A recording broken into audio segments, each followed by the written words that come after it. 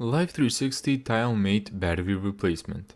First, get a new battery. You'll need a CR1632 coin cell battery and also a paperclip or small precision screwdriver.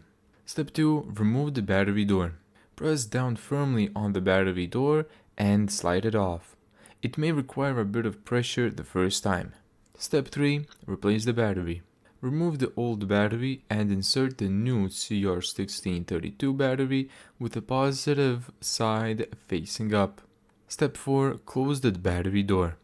Slide the battery cover back into place until it's fully seated. If it isn't completely closed, the tile may not power on properly. Step 5. Test the tile. Open the Life360 app, select your tile, and then tap Find. If the tile rings, the battery replacement was successful. If you still see a low battery notification, confirm in the app that you've replaced the battery. Thank you so much for watching this video. If you found this tutorial helpful, make sure to give it a thumbs up and subscribe. And as always, see you in the next video.